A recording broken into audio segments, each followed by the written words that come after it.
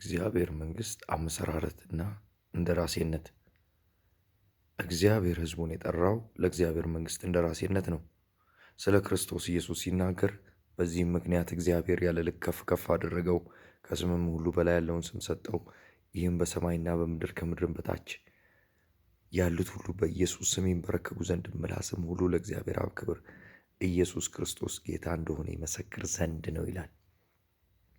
ከዛ ወረድ ብሎ የምናየው ኢየሱስ ክርስቶስ በሰማይ ከነገሰ በኋላ የተባለለትን ሲናገር መጽሐፉን ትወስድ ዘንድ ማኅተቦቹን ትፈታ ዘንድ ይገባሃል፣ ታርደሃልና በደምህም ለእግዚአብሔር ከነገድ ሁሉ ከቋንቋ ሁሉ ከወገን ሁሉ ከሕዝብ ሁሉ ሰዎችን ዋጅተህ ለአምላካችን መንግሥትና ካህናት የሆኑ ዘንድ አደረግካቸው፣ በምድርም ላይ ይነግሳሉ ይላል። በምድርም ላይ ይነግሳሉ። ይሄ ንግስና የመጣው ከክርስቶስ ጌትነት ጋር በተያያዘ ነው። የምንነግሰው ምድር ላይ ክርስቶስ ጌታ ስለሆነ ነው።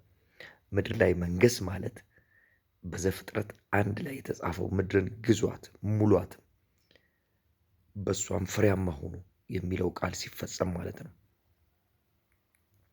በክርስቶስ ኢየሱስ አሁን የምንኖረው ህይወት የንግስና ህይወት ነው። ክርስቶስ ኢየሱስ ዋጋ ስለከፈለ ማለት ነው። ስለ ክርስቶስ ስልጣንና ጌትነት ሲናገር በመዝሙር 110 እግዚአብሔር ጌታዬን ጠላቶቼን ለእግር መረገጫ እስካደርግልህ ድረስ በቀኜ ተቀመጥ አለው ይላል። ጌታዬን ይላል። ኢየሱስ ክርስቶስን አብ በቀኜ ተቀመጥ አለው ይላል። ዮሐንስ ራእይ ላይ በእግዚአብሔር ቀኝ እንደተቀመጠ ይናገራል። እግዚአብሔር የኃይልን በትር ከጽዮን ይልክልሃል፣ በጠላቶችን መካከል ግዛ። ይሄ ትልቅ መልእክት ነው።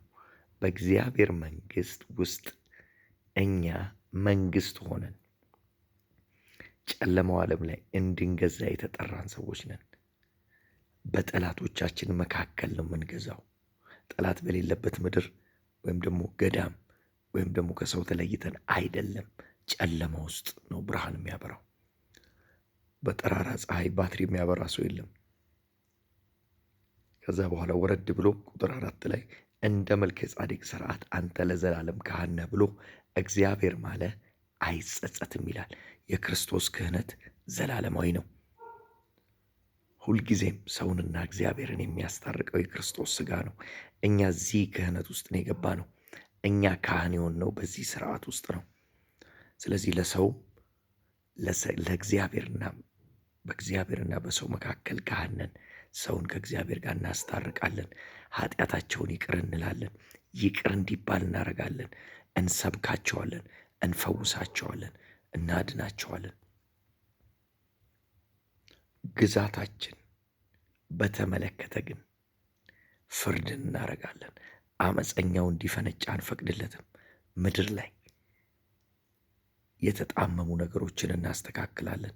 ይሄ የክርስቶስ ጉልበት ነው።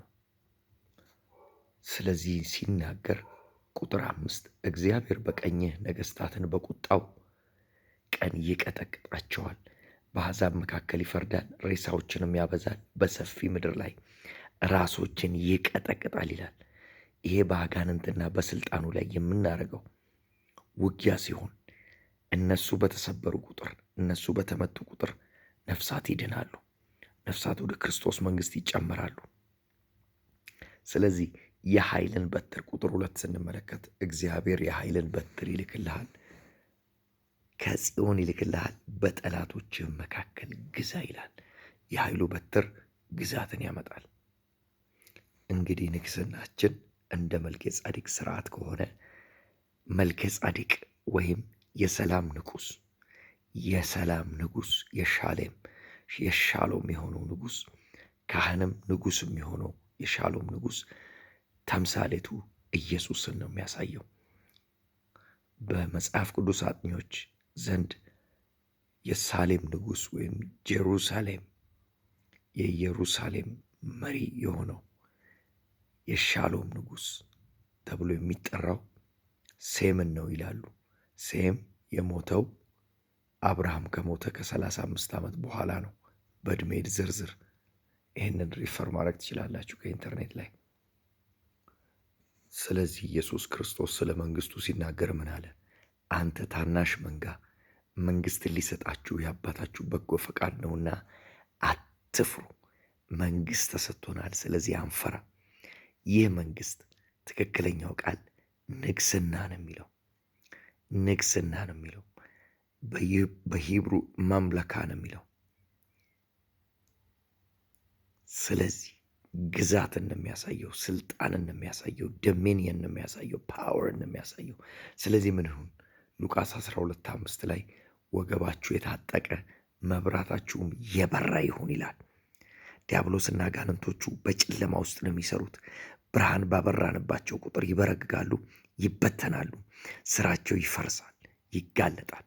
ስለዚህ ወገባችን የታጠቀ መብራታችንም የበራ ይሆናል።